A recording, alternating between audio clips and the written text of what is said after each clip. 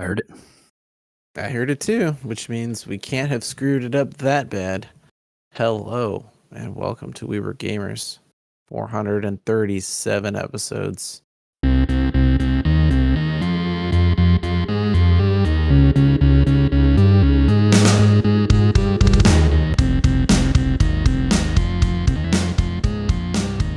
Where Michael Hello. and JJ Hello. have to hear about my trip to Death Valley. Don't threaten me with a good time. Have either of you been to Death Valley National Park before? I have not. Many years ago with Boy Scouts, but only for like a day. There was a troop of scouts there, though they were there longer than a day, I believe, based on their tenting setup. Yeah, we went in, and, to be clear, this was like high school or pre-high school, maybe. Yeah. We went in for like a weekend, but 2 of the days were somewhere else, and only 1 day was in Death Valley. We spent, let's see, 1, 2, 3, I would say like 3 full days there. And there's a lot of stuff to see for it being a giant desert. Like a lot. Mm-hmm. Way more than I would have expected. Canyons and salt flats and historical buildings. And what's really strange is how much water is there, actually. And you're kind of like, why is it not green? Well, it's like a lot of salt water. Yeah. So I don't think much grows in it other than algae and pupfish, which is kind of fascinating in and of itself. But you kind of wonder, in this day and age, if desalination and stuff like that, if you could make wells and people could live out there if they really, really wanted to. But it's kind of cool to like look around and be like, oh, look, I'm standing on a ancient seabed and there's a hole in the ground there and it's a natural little salt well and there's the water. It's like 4 inches below my feet. Kind of weird. It's also kind of been fascinating. An unusually high amount of rain in California the last couple of years. So I wonder if some of that has hit that area too, even. Yeah, they get rain there. Weirdly, right? Like, it's the desert, but it runs out pretty quick. Yeah, with all the salt and such, I imagine. Really high water table also, so it gets into the ground fast and then sits down there. Yeah. They've got random sand dunes just in the middle of nowhere. Like, why is this bunch of sand piled up in this one location? Who knows? But they filmed Star Wars there, so hey, that's cool. Good for something. Yeah. It's really close to a lot of things that you kind of want to do, like check out, Lone Pine. It's not that far from Mammoth. It's not that far from Vegas. It's beautifully dark at night. You could just sit and watch stars. It's a surprisingly impressive national park as an adult, I think. The desert is pretty beautiful. I don't know if you guys have ever been out into like the desert around like Palm Springs and Palm Desert. Yeah, and that's, I think, more what I expected to see. Just sort of like barren, blasted landscape with tumbleweeds and cactuses. I think you haven't been to the right parts of that desert. I mean, that area, you go out there into the canyons and stuff out there, and it's also beautiful.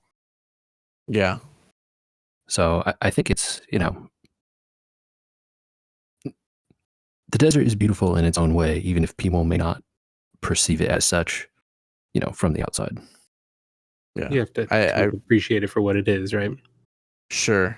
I just didn't expect to see so much stuff that I was impressed and taken by. And really, like, we went into this one canyon called I think it's called Golden Canyon. It's just sandstone. It's like, well, that's kind of boring. But you get in there, and it's actually very pretty because it's all kind of one color, and you get impressed by the height of the canyon around you. But a certain distance in, about half mile in, you can just sort of split off into these little side canyons. There's thousands of them, and less than a minute into hiking into one of these, you all of a sudden can't see or hear anyone. There might be 1,000 people hiking the main canyon, and you can't see or hear them. And you kind of like get this weird Old West pioneerish age vibe of like, oh, I've wandered somewhere I may not belong. You know, not in a dangerous way, but like this is like nature all of a sudden. You go too far off into some of them dar hills and you might be in danger. Yeah, it would be pretty hard to get that lost. I mean, you just hike up to the top instead of staying in the canyon, but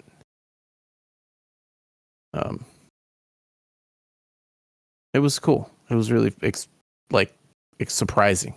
And I was surprised that the kids took it as well as they did, considering there ain't no internet out there. Which is surprising a little bit to me, considering how many people travel through national parks these days, that they still are kind of like, whatever. There's no need for internet. Who cares? You know? Yeah, I would be surprised they wouldn't have like a cell phone tower or two up out there. But I guess no cell phone towers. Just like, nah. Yeah. Nope. They have some. You're welcome to go to places that have Wi-Fi, but no, it was not a lot of cell phone situations going on there. It did surprise me a little bit. I'm happy for it. When I can't find the internet, I've got no excuse to look at my phone. It's a little bit of a bummer for the video game situation sometimes, but it makes for a good podcast. You know? It is nice to just unplug.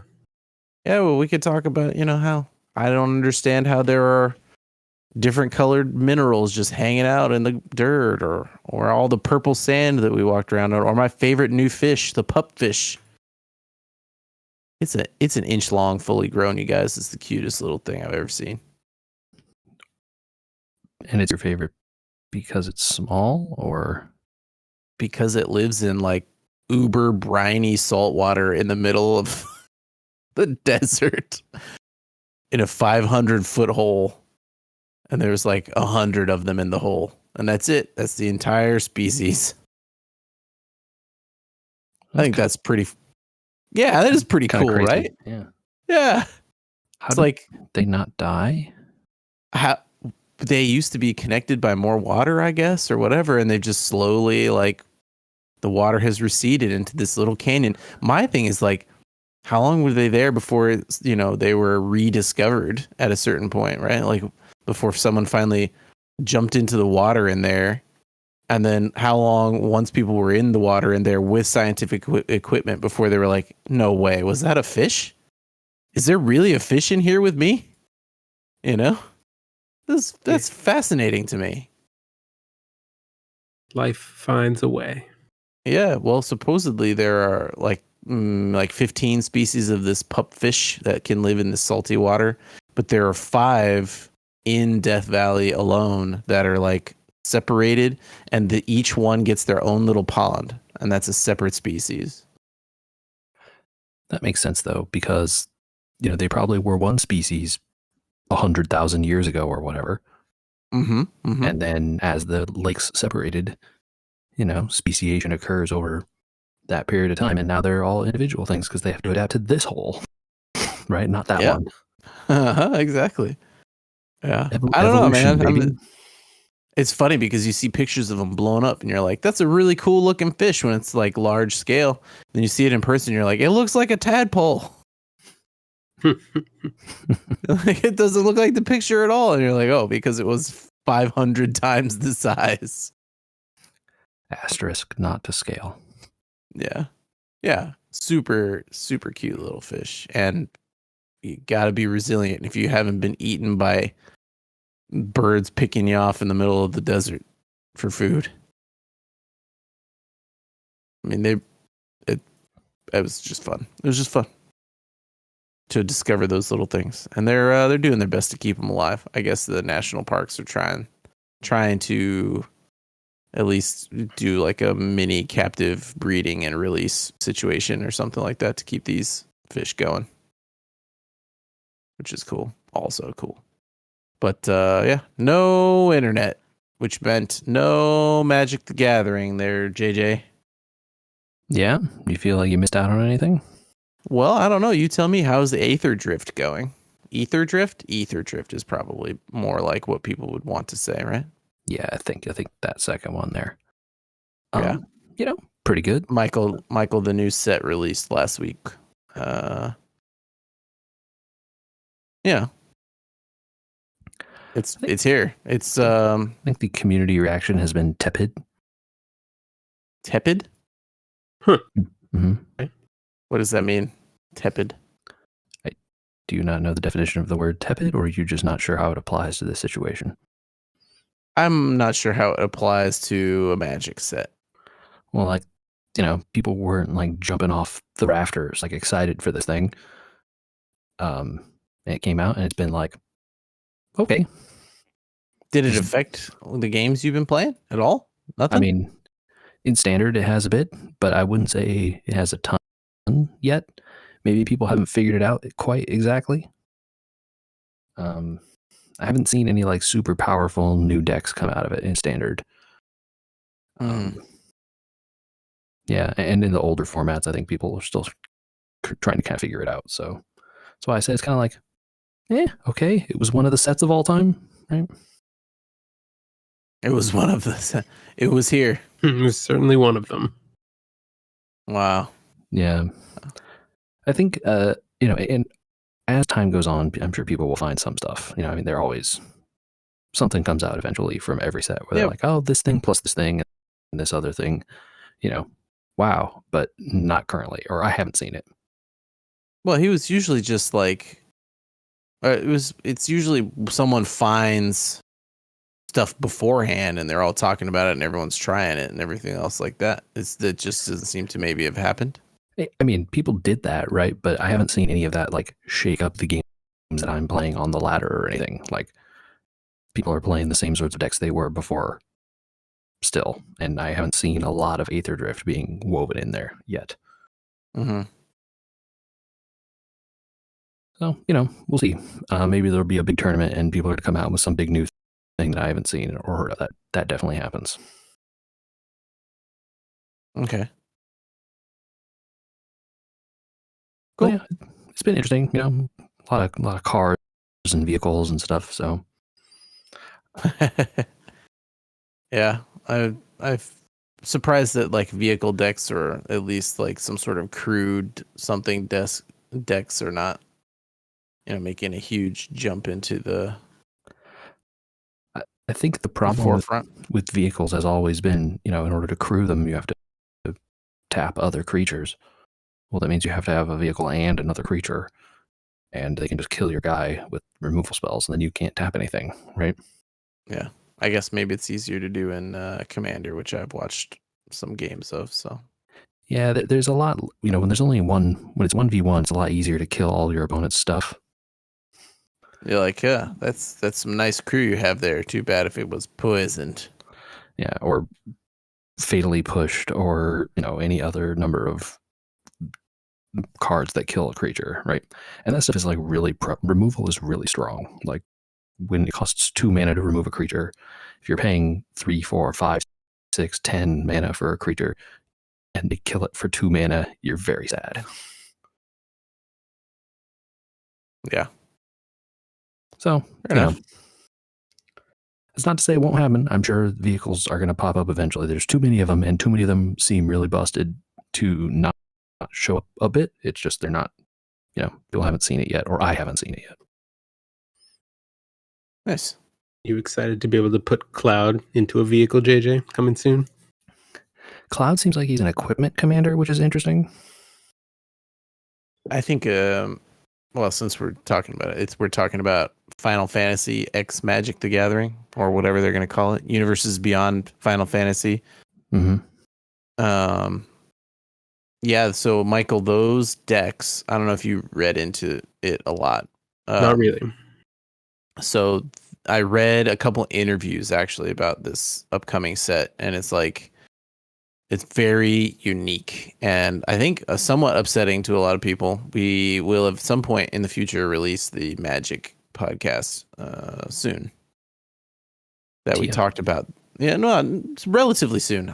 I'm thinking about adding a little bit to it, but I just haven't had time to edit it with having gone on vacation and last weekend being too busy. So it'll be soon. But part of what we talked about, and you'll hear about again at some point, is this new set is what they call Universes Beyond, which means it's not in the Magic lore. It's in its own universe's lore. So in the Final Fantasy lore, right? Okay. Yep. And in the past, these types of things were like their own thing. Like, cool, that belongs over there. Some of them are legal. Most of them are legal in Commander, which is like the 100 card format where you only have one card and it's kind of just a wackadoo game, but it is the most popular game in Magic. So people were kind of like willing to let it live a little bit as long as it was kind of its own thing. Then came Lord of the Rings, and Lord of the Rings was like, hey, we want to do like more cards for Lord of the Rings, but don't worry, they're not like legal in the main system. We're just doing the cards. To be clear, they printed the Lord of the Rings set into Modern, which is a constructed format, but like pretty old at this point. It's not every card like, or close to every card like Commander, but it's like a lot of cards. But specifically, they didn't print it into Standard, which is the like most casual, most recent cards. Right? Yeah, I got you. Which is Standard is the general tournament format also, right? Like the... Not been true recently. Standard has kind of fallen off a cliff in terms of popularity recently. Modern is way more popular in terms of like number of people who enter big tournaments. Now, I didn't know that. Some of that is like enfranchised player, of course, plays a format where all enfranchised players' cards are available, right? Right, sure. Yeah, I've got an expensive collection that goes back 20 years. I might as well use it. Exactly. And so, people were like, oh, they're bringing these cards into Modern. That's fine. They'll be more powerful because Modern needs them to be more powerful, but it's not going to Standard, whatever. Like, sure. The Final Fantasy set, Andrew. It's going into Standard, yeah. Mm-hmm. And it's going into Standard with a full printing, Michael, like every Magic set. Like it goes in with play boosters, collector boosters, commander sets, starter kit, everything. It's getting the full workup all the way across. I still have a really hard I've been really trying since our discussion to like seal all sides of this thing of like, I don't like that it's not, Magic cards, and I don't like that it's not Magic themed coming into my game. I still don't really see that argument. But it dropping into Standard, which was the casual, most recent cards format, like JJ was saying, seems to have pushed a lot of people over the edge into upsetness. I think the other thing that's really clear from at least the cards they've previewed so far, these cards are really strong. Like, yeah. Okay. And like some of the designs are really cool. Like we'll talk about it in a sec, but like really strong plus Standard legal, and Standard being a 3-year rotation means you're going to see a lot of Final Fantasy in Standard for a long time. Yeah. And it's got people like, oh God. Yeah. So they also, looked at it and they said, well, what if we do Commander and we also do Standard? And each character kind of like lives on its own. So this is where reading the interviews kind of comes in. So Michael, the Commander decks, the pre-built Commander decks are focused only on 4 games: Final Fantasy VI, Final Fantasy VII, Final Fantasy X, and Final Fantasy XIV. Okay, so you're playing the hits. You're playing, well, I wouldn't say all the hits, but definitely some of the big ones, right? Look, they had to pick some. They only do 4 They have commander to- decks. yeah. These are the ones they picked. They only do 4. Yeah. That doesn't mean they have said that in the treatment of the entire set, right? All the standard legal cards that are also getting printed, that you won't see all the other games represented. In fact, you will see every single game, they said, represented in some format in these cards. But of course, they won't be only in the commander decks. And the commander decks, they said focus on like a thing from each game. So like the Final Fantasy VI set focuses on bringing things back from your graveyard. The Final Fantasy VII set focuses on equipment and strong power creatures. The Final Fantasy X set is about using 1/1 counters on people and then moving them around based on the idea of the sphere grid. And the 14 set, I don't remember what that one does, JJ. I also forget. Yeah. It was like party focused or something like that. I can't remember. Should make sense for 14. Yeah. That's kind of where they landed. And then, you've got all the cards again that are going to be in the normal printing as well. That'll also have different focuses. Yeah. So it'll be kind of all things will be represented, which is crazy. I think one of the coolest things I saw that they're adding is, summons are a big part of Final Fantasy games, right? For sure. Correct. Oh, are you going to talk about the saga thing? Dude, this is super cool, don't you think? You're gonna have to explain that to Miles. Sure. It's confusing to begin with. So, you understand how a summon works in Final Fantasy, right? You summon this creature, they get to do some big attack. They're only there for some limited amount of time, kind of thing. Right. Like a Shiva. Mm-hmm. Yeah. So Shiva is the one they GFs previewed or whatever. Yeah. Andy, your Final Fantasy VIII bias is leaking. Just stick that back in the hole there. like GFs. No, they're called summons, dude. No one. That's just you. You like GFs. Everyone else calls them summons. I love GFs. So in Magic, they represented these as saga creatures, which is a confusing thing. But like a saga is an enchantment, and a creature obviously is a thing you can attack with. Right. When a saga comes into play, it has these little they call them chapters, but like basically they're like little ticks on it, and it comes into play. You get a tick every turn after you get a tick, and after the last tick, it goes away. Okay. Yeah. Bye. You can bring it back, but it has to leave the board. Yeah, and it goes to the graveyard, right? So, but it's a creature. So the turns it comes into play, it can't attack because all creatures in Magic are summoning sick the first turn you play them, but you still get that first tick. Right? The next turn, it ticks again. Now you can attack. Then the next turn, it ticks again and it goes away. Like a summon. Sounds like it. It's kind of these a two cards idea. used to be separate. Yeah, these two types of cards though have never been combined before, which is pretty cool. There have been sagas that flip into creatures. So it's like, oh, you play this saga, and then at some point the saga says flip this card over, and it becomes a creature on the other side, right? But it's not a saga anymore at that point. It's now just a creature, right? But there has never been ones that are actively both at the same time, unless shenanigans. So yeah, very cool, and I thought a really flavorful way to deal with that kind of representation. So like I said, the designs are cool and people are into it, but I think the worry is like, is this stuff going to be too powerful for standard? I really think that is an argument that I could get behind understanding.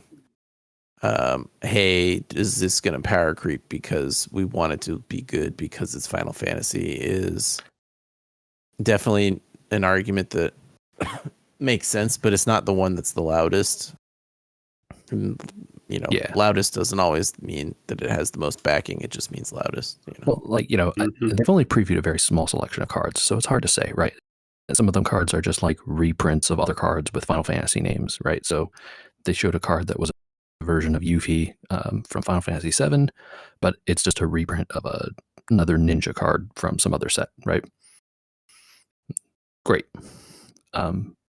But they showed Cecil from Final Fantasy IV, and he's a 1-mana 2/3.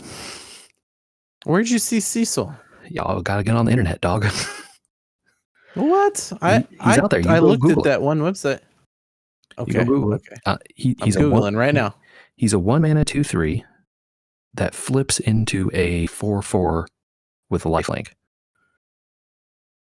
That's crazy. And like he has a drawback ability, you lose life, and then he flips over and blah blah blah. But like, dude, a 1-mana 2/3 is really strong.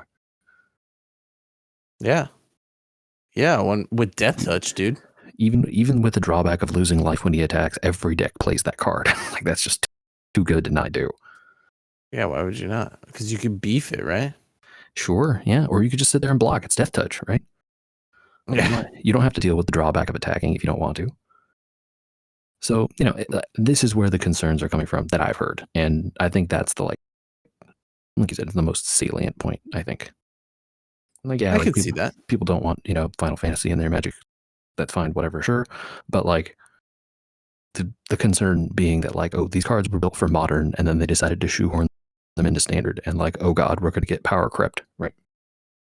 Mm-hmm. You're going to have to play the cards. That's maybe where people are like, I don't want to play the cards because they're not Magic themed, but I'm going to have to play the cards because Tonberry's really good.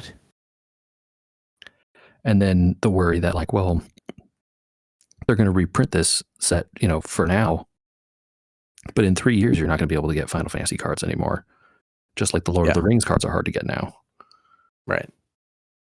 Because the licensing runs out, right? Or the deal lets them print X times or whatever, and then it's over. I don't know how it works, but yeah, like the prices on these cards, if they're as good as these they seem to be, which again, maybe they showed all the best ones right now, and then the rest of the set is whatever, right? Who knows? Yeah, it could be. I mean, yeah, could be. So we'll see. Who knows, dude? Very cool. I mean, it sounds like a lot of good thought has gone into this. Whether or not it breaks certain game modes, it feels like there's a lot there to keep people interested in. I made this point in the other thing. As a lapsed Magic player, this type of stuff is really cool to me to see happening in Magic because it's like they got to be out there competing with Disney doing Lorcana and all this other stuff and like putting stuff into a game I already know how to play of things I also like really is fun and like makes me I'm playing Magic Arena again, These cards are going to be in Magic Arena. That will be awesome for me. Yeah, and like, to be fully clear, like I think some of these cards are super cool. Like that summon thing is awesome. Like that is a really cool idea to make a summon in a card game like this. And if the cards are as creative as that, like this set is going to be awesome. So, from that perspective, like, yeah. And like, hell yeah, I'll be playing with them on Arena, like for sure. Will I be tired of seeing Cloud in 4 years from now? Maybe, but this is the risk we run. Yeah. Yeah, sure. Did you see Spira's Punishment, the card? I did see it, but you got to remind me. Whenever it's flying, it's 7/7. It's expensive, but whenever it enters or attacks, exile a permanent card from your graveyard at random. Create a tapped token that's a copy of that card. If it's a land, do it again. That's fun. That's fun. If you could pop that out early in like Brawl or Commander or something.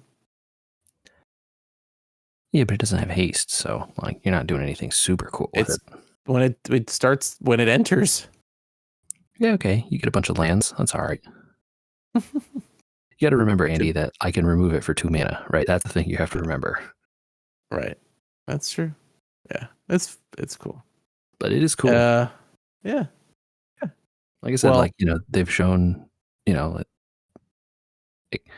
I'm interested to see the characters, like who are the hits? Like who's going to be Sabin? Who's going to be, like what are those kinds of characters going to do? Who, what's Kate Sith up to in Magic? I mean, speaking of vehicles, they've already previewed Moogles, and they've previewed Cactars, and they've previewed. Oh my God, Andy, tell him the Cactuar card is hilarious. So it gets a named attack, which is unusual in Magic. Please tell me it's 1,000 needles. It's 10,000 needles. Yes. There we go. Yeah, this is So the it has jumbo Cactuar. Okay. Yes, so this is the jumbo one. 10,000 needles. Sorry. Whenever this creature attacks, Michael, it gets plus 9,999 plus 0 until end of turn. It's a 1/7, so it becomes It's a 1/7. It becomes a 10,000 attack creature. But it costs 7 mana, and it does not have haste. I mean, I could see that card getting play as somebody being like, "This is hilarious because if I can get it to attack, I win." No, the more important thing is you attack with it, get it to 10,000 power, and then sacrifice it and draw 10,000 cards.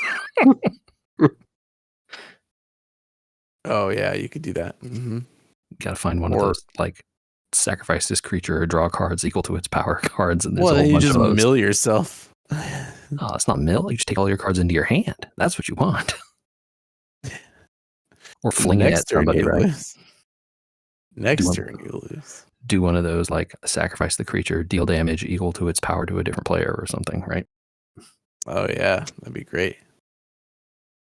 I mean, I think the Moogle Merchant with the opponent gains control of another permanent you control. That's really gonna become a thing. That card kind of already exists in. I think there's a couple commanders that do that, but there are a bunch of cards that do something like that. But people always want more, right? Like if you have more versions of the thing, it's always better. Yeah, I can do my thing with my deck anyway. There was a bazillion cards we could talk about, but instead, since I didn't get to play Magic, you should tell me about games that you've been playing. JJ, I heard there's a mystery game that we should talk about this week. We've already been talking about some of it. I've been playing Final Fantasy VII Rebirth. Uh-huh. You fired so it they up, said they said in that Magic set that they tried to go back to like Final Fantasy VI and like use artists' renderings and sketches from character design and all that to create modern Magic art, but the Final Fantasy VII Rebirth stuff really is where the art for 7 comes from. I mean, I think, if you've played Remake, Rebirth is just like chapter 2, right? Right. Out of what, 3? They're going to split it in out of 3 games? I mean, they haven't said, supposedly. But it sure does feel like it's fallen along those lines. Sure. All right. You guys played the original game? Yeah. Oh, yeah. Okay. So, like, what do you remember about the middle of that game? Being bored? Not Andy's game. Got it. There's a lot to do once it opens up, and that's the whole you can kind of get lost in it a little bit. That's the thing where you're like start socketing materia and you're running around looking for stuff and you get lost in a what was it, like a dump or something like that? Storming Fort Condor. Oh yeah, that whole thing. So, I think that's a fair description of what this game is. You're kind of playing the meandering middle chapter of a thing. Uh-oh. And so it's hard to talk about, like, what actually is happening here. Mm-hmm. Especially after some changes that happened in the first game. Man, not sure how much of those matter, like, based on what's going on here. Okay. I think the end of the first game leaves you on a really interesting note. You're like, oh, this is going to be really different. And then kind of it isn't so far. I mean, I don't know. I'm not done with the game, so I have no idea. But I'm pretty far into it at this point. They do have... It is an open world game now. So, you have big fields, you run around on chocobos. You got all kinds of stuff. Side activities, towers to climb, all that kind of stuff, right? So Fair enough. that's pretty new for one of these. Mhm. But in terms of the story, it's kind of just like, well, what are the beats you remember from that game? We're going to hit all these eventually, but at our own pace, kind of thing. But I think the number one thing I can say about this game, so many mini games. Like even more than were in the original. Gotta be. I think every one that was in the original is represented, and then they have more. Boy, okay. There's a card game, right? Just like there was Final Fantasy VII never had a card game, but there is a big whole card game side quest in this. Do you think the card game's going to go into the third game, or is it just going to be a waste of time because it doesn't continue on? Well, I don't know. It's like, is any side quest in a game a waste if it doesn't continue, right? Like, as long as they wrap up the story of whatever it is. Well, I mean, it's like all of FF8 had that card game, right? Mm-hmm. Triple Triad was a part of the whole game. You could go back once you unlocked the card game and talk to every single person and play Triple Triad. Same with 9, right? Yeah, 9 had a similar one, right? Yeah, so like... But were they wastes because they didn't carry forward into the next game? No. But like, I'm talking about like if you go to part 3 and it's not in part 3, is it going to be kind of strange? And like, why did I do that if it's not in part 3? Will it be strange if all the side quests go away too? Like, I don't know. I don't think so necessarily, right? It just depends on what kind of thing they're making here. It's weird if it's shoehorned into and it didn't exist before and there's really no plan for it to like be part of the game. I guess it just strikes me as a little strange to have put it into there. I mean, there's a whole big side quest around it and the game is fun, so I don't know that it's bad. Okay. All right. Fair enough. I haven't played it, so I'm mostly scratching at whether or not how you felt about it, I guess, more than how I feel about it. The card game is pretty cool. I don't know. I'm having a good time. Okay. Queen's Blood is the name of the game. Yeah, I don't know. Queen's Blood, man. The blood of the Queen's Blood. That's kind of the vibe. Yeah. Gosh, I don't even know where to start. Like, it is just a real whole open world game. Like you are running around, you are exploring maps, uncovering towers to show where all the side like little activities are. You have to do like various points on the map to unlock the summon materias so you can fight them in the battle simulator so that you can get their summon orb to use. How much of your playthrough from the first game mattered? Nearly none. It's just a completely separate game. Oh, okay. The story continues, obviously, but like, yeah, there's some small carryovers. You get some items, some equipment, some money, but basically nothing. That's weird. Do they reset your levels? Yeah, your levels reset, but your party doesn't. So you start the game with a pretty full party, which was kind of the thing in the first game. They were kind of always cutting you up, so you only ever had 2-3 people at a time. You never really had like a whole big group. Okay. And now you have the whole big group, not all the time, but most of the time. So from that perspective, like all of your like learning to play as Tifa, as Cloud, as Aerith, as all the characters, that stuff, right, carries forward. Right, because you have to learn how to play as the characters or as the team in this version of the game where you have that like live combat. Mm-hmm. And the combat's still good. They have a lot of interesting new twists. They add these like synergy skills that you can use. When you're holding the block button, you can press another button to basically activate a skill that uses 2 characters together to do, various things, and you unlock them through your little skill tree. And it does some kind of attack of various sorts that can be helpful in certain situations or not, depending on what you're doing and who you have in the party. Okay, shades of Chrono Trigger. Yeah, that's actually a really good analogy. But yeah, it's still similar, like 3-person party combat. But they do a good job of like, hey, the other people are here. You can see them. They're standing around the outside of the arena, and you'll see like Barrett shooting in, or Aerith throwing magic with her stave, or Yuffie throwing her shooting star or whatever. So it looks like they're there helping you, even if they're not actually doing any damage. Nice touch. Yeah, I thought it's been cool. Yeah, and like so many mini games, dude, and some of them, like I talked about the card game. You guys remember the military parade you have to put on to like escape on the plane before you cross? I do. Yep. I do remember that.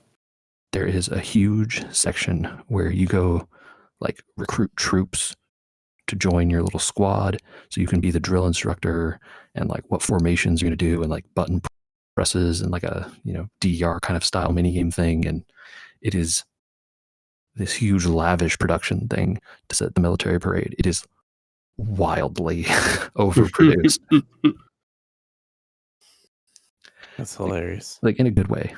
And then you go to the gold saucer at some point, right? And it's like, yeah, casino time, full of mini games.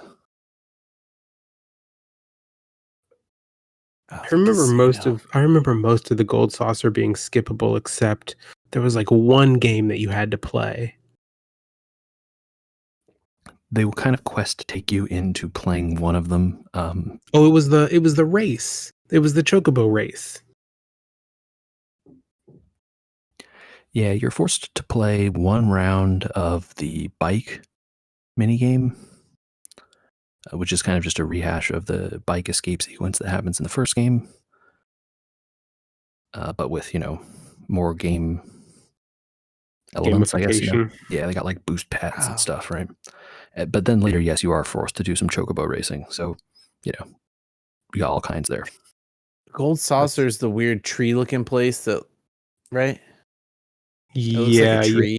It's sort of park. Yeah. But like it looked like a tree on the map, right? Like a big golden tree. Yeah, kind of. Man, my memory of that game. This is so long ago. And they got the battle arena there. They have what was a roller coaster in the first game is now like a virtual flight simulator space shooter thing. Okay. What else? Obviously, they have an area where people are playing Queen's Blood. They have a 3D fighter that is like mostly about like dodging and parrying and riposting. Is that the right word? So, riposting. Their character winds up with a left hook, and you have to dodge to the right and then counter, kind of thing. Yeah. What other ones? There's more. I don't remember them all. But yeah, it's been cool. That's awesome. So yeah, I've been working my way through that game. It's been fun. Starting to get a little bit of that open world fatigue, though. I know that it's not your favorite. I didn't know if you expected it or. I have not been doing everything, and I will continue to not do everything. I think that's the We Were Gamers way these days. I don't know, though. Michael might prove us wrong when we talk about his open world game. I hang on to elements of that. I didn't want to end it if JJ you're not done with I won't cut him off yet. No. I think I'm good. I want to hear how Michael's been getting up to. Yeah, so I'm still making steady progress through Forbidden West. I'm trying to think, what was I doing? I think the last time I played through it, I was working my way through a couple of salvage contracts. Probably going to get back to the main storyline here pretty soon. I did find another training ground, which are always, I think, equal parts frustrating, but also rewarding challenges when you get through them. I was just going to say, some of those training grounds are PS, dude. I got so I'll be really interested to see. So I think I made the comment about the first training ground felt much easier in this game than my memory of the training games in Zero Dawn. And so I'm curious if the second one will feel more forgiving in the same way, or if it will be a big step up in difficulty because now I'm really into the game and should have an idea of what I'm doing. I feel like my memory is like each one focused on a different new thing, kind of. But I didn't do all of them, so I don't have all the answers there. Yeah. So, but I will say I looked at the challenges, that the 3 challenges that were offered, and I like some of the variety of things that they're having you do compared to the first one, which really felt like a variations on the same theme, right? So one of them is you have to claim a bunch of items throughout the arena without being spotted, which is a fun, nothing to do with kill all these machines as fast as you can. Kill all machines. It's got a almost like a reverse Terminator vibe. Man, some of the challenges they put up in some of those were just really tough for me. I don't know if it was because I just wasn't good, or maybe if I went back to some of the earlier ones, I would find it easier after having gone through the end. But like, man, because it's not even a matter of how strong your weapons are most of the time. Like, yes, stronger weapons are going to help. But sometimes it's like, oh, well, you have to like break off 6 pieces or whatever under X time. And like, strength doesn't really help you necessarily do that all the time. No, a lot of those challenges are just they're A, pathing, and B, you sometimes just have to get lucky. Yeah, like stun 3 enemies. Like, if your bow is too strong, you'll just kill them, and then like you can't stun them; they're dead. Yeah. So Andy, these challenge arenas, they're basically like an enclosed section on the map, and within that there are a bunch of the machines wandering around within it.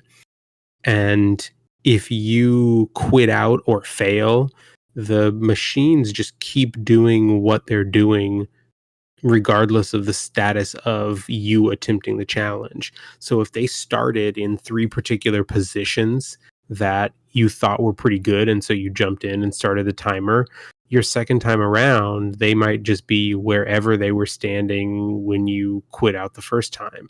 They don't reset to 1. Oh, you don't get to try again with the same outlook. Oh, can you easily detune yourself? Like Jay just saying, oh, I need to stun all of them. But like, oh, I accidentally got too strong and now they die instead of getting stunned. Is that like a thing where you can go back in and be like, detune? And yeah, you could equip a weaker bow, or you could retool some of your ammunition so that you're using ammunition that does less damage but does better at tearing components off. So yeah, you can respec your loadout. Yeah, it's definitely possible to do that, right? But okay. you can like, okay, yeah, I have to like respec all my points out of this tree so I don't accidentally murder, this machine before I do the thing I'm supposed to do. Sure. Or you can use other tools, right? It's like, oh, I should, okay, I can set traps here now instead of trying to attack them to stun them, or I can use, the override here instead of doing this other thing, right? Like they give you a lot of tools. It just becomes really tough to remember to manage all these things when you're also on a deadline that's like finish in a minute 30 seconds. Yeah, it's tough. I believe it. But you still having a good time, Michael? Oh yeah, I'm still having a good time. Still curious where Silence breadcrumbs are leading me. Yeah. If we know anything, it's that we have to trust in the very slow development of every tale these days, right? Like, at least that's what it feels like. It's like all the AAAs. Yeah, but you don't mind so much when it's Lance Reddick. Okay, fair enough. Well, there isn't going to be another performance by Lance Reddick, so Yeah, sadly not. So they're gonna have to do something else for the third game. which is interesting based on where they leave it at the end. I wonder what their plan is with that, and maybe they resolve it in the DLC, and I didn't see. That's also possible. I didn't see John Wick 4 either. I wonder, did he make it into that one before passed, or? I have seen John Wick 4. He is not in it that I recall, unless there's a flashback that I don't remember. Could be. Okay. They definitely He's a talk about him dying, though. Ah, so he must have passed beforehand. Oh, that's too bad. Well, this is we're on movies, I guess. Captain America came out. Yeah, sure did. Should I go? Should we go? Should we not talk about it? Should we talk about it? One of us here saw it, and I don't know which direction to go with this. But it seems like a pretty large leap in asking people to go see this movie when it's already leaked that possibly Captain America, the Chris is returning as well. Okay, this movie doesn't lead you in that direction, so that would be interesting. Ah, okay. I guess, what do we want to say? I liked it better than I expected, but I had low expectations. Based on the Falcon and Winter Soldier, based on the recent MCU track, based on what? All of those things? MCU fatigue. I certainly am feeling it. I know. I shouldn't. MCU I don't movies, have any real reason to, but I mean, the last several MCU movies have been quite bad. Like Ant-Man and whatever that one was, Ant-Man Quantumania. It was terrible. Maybe the worst one ever. It's close. It's really bad. The Marvels was not very good. So they've had like a string of duds. Eternals was god awful. They also had the problems with having to lose Kang after planning a whole series of movies around that. Again. So, I don't know how much of that is affecting this, but I will say I had a perfectly enjoyable time. I enjoyed the story. It was a good time at a movie theater. I didn't check my watch or anything, Anthony Mackie's a charismatic actor. He should be able to carry a movie. Totally. I bought Harrison Ford for the most part. He has that issue sometimes. Red Hulk Ford?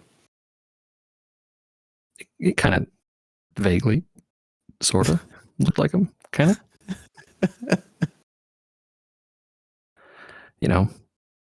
Enough that you're like, yeah, whatever, okay, sure.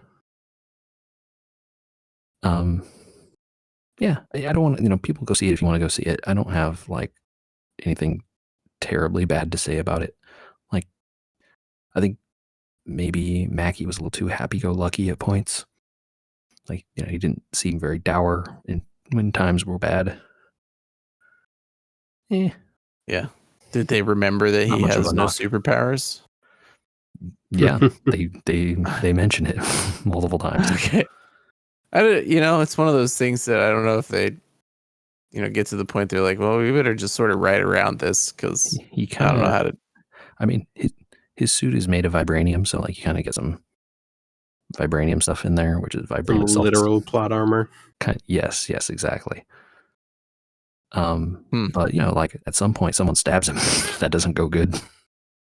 Oh, that's not good. Yeah. So I feel like the movie you're really waiting on is in May. JJ. Thunderbolts. Oh yeah, Thunderbolts asterisks.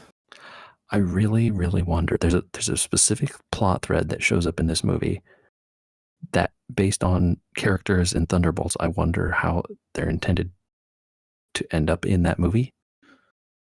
Oh, really? Okay. I don't know. Should I spoil it? I don't know if I should. I mean, here. You're talking about the spoiler warning. You've got 5 seconds to tune out if you don't want to hear Andy mention 5, 4, 3, 2, 1. U.S. agent John Walker, I assume. Here's who you're going to talk about. Nope, he's not in this movie. Oh, really? Bucky Barnes is, though. Well, he was in Falcon and Winter Soldier. I would have guessed he was in this movie. He shows up in this movie for about 35 seconds. Oh, that's weird. I would have guessed he's in more of this movie, to be honest. Because he's leaving to go run for political office. Oh, wow. Oh. Wow. Based on what I've seen of Thunderbolts, how the hell does he show up there? Campaign doesn't pan out. Maybe, yeah. So, like I said, spoilers are over, but like that is an interesting switch based on what I've seen of that Thunder. But maybe the trailers are misrepresenting it. That happens. Does Bucky Barnes get Social Security? Is he a citizen? I don't even know how it works, man. Oh yeah, he's a U.S. citizen. Yeah, he was declared dead though, wasn't he? Oh, he was declared dead. Yeah, so there you That's go. a good point. I'm just wondering, he was born before Social Security, so I'm wondering if he gets Social Security. Well, fair point. I guess it depends if he's held a job and paid into it, right? I guess not then. He doesn't get paid for any of this superheroing stuff? I don't know, dude. This every time I turn around, James Barnes is getting the short end of every stick. Well, someone's fun rolling the other thing he's up to now, so we'll have to see how that goes. Julia Louis-Dreyfus is back. Yeah, also not appearing in this movie. Ugh. What is this movie connected to? This is what I'm saying. You think you understand what this movie's about. You don't. That's good. That's good. See, I'm glad I don't know anything about movies anymore. I was going to say, speaking of appearing in this movie, I found out on release day, because they weren't allowed to say anything before, that I have a family member who's in the movie playing themselves. Whoa, who? She is a news anchor in New York, Sharon Tazewell, and she was she was playing herself as a news anchor in the movie. Oh, that's fun. Very cool. So shout out to Sharon. Shout out Sharon. Way to go, Sharon. I hope Sharon enjoyed her time on Captain America. Sounds probably like she more did. Probably more fun than anchoring the news sometimes. These days, maybe. Who knows, man? Who knows? Well, that's not the only Marvel news we got. How's that new What If there, Michael? Is Bucky Barnes in it? Because if so, I'm turning it on tonight. Bucky is in he's in the first episode. Dang it! Now I gotta hold true to my word. I don't know if I want to tell you you know what? I'm not going to tell you what happens in the first episode. Other than the Bruce Banner, I'll say this: in the first episode, Bruce Banner tries to fix himself, and it goes sideways. I've read a couple comics about that. So yep. But the way that the Avengers decide to tackle the problem amused me, and I think it will amuse you, because it is a nod to a property that I know that you are a fan of. Godzilla. It is a nod to Godzilla, but that is not the nod that I am referring to. There is another nod in there that you will appreciate. I think I know what story that might be based on, but I'll be happy to find out because I'm not going to guess. Okay. Yeah, that's my guess. If it's the one I'm thinking of, yeah, that's a fun one. There's a lot of good what ifs out there that they still haven't done yet. So, are they trying to tie the meta narrative from the end of What If season 2 in at all? So unclear yet. Okay. Well, the Watcher back? He is back. Yes. Okay. So thank goodness. Okay. They'll have to at least discuss that then. Yeah. Yeah. That'll be something that happens as it goes along. Then that'd be cool. Maybe they can work Kang in through What If again and then fix it or whatever. They got a lot of work to do over there at Marvel. Yeah, they got some corners that they've been backed into. Well, I'm sure at some point we'll catch up over here, but we're behind on Marvel as we try to bust our way through the last of The Walking Dead, which we never finished. You ever been so pot committed to something that you just like? You don't have to do this. You don't need to watch the rest of that show. You really don't. 11 years, man. That's too many years. You could have just stopped. I gotta know. I know how the comic ended. It ain't getting better, dude. I don't think anyone was like, hell yeah, The Walking Dead TV show ending. No, the comic got not because of how it ended or how the quality of its ending, but the abruptness. even the comic was kind of like not super ended with fanfare, let's say. And the quality of the TV show over these 11 years has led you to believe you're going to be happy and satisfied with what you see here. We gotta do the things we set out to do, JJ. Yeah, you can just put it down, man. It's cool. You're allowed. Just be like, nah, I don't need this. Well, as you said last week, and as everyone should remember in their emails to us, it's okay to hit concede. Exactly. Where would those emails go? They can send those to podcast@weweregamers.com. Write to us and explain to Andy what sunk cost fallacy is. There you go. You know, throwing good money after bad, I get it. But if r/Wall Street Bets has taught me anything, yes, let's take our cues from it's not to follow r/Wall Street Bets. everyone quits just before they're big.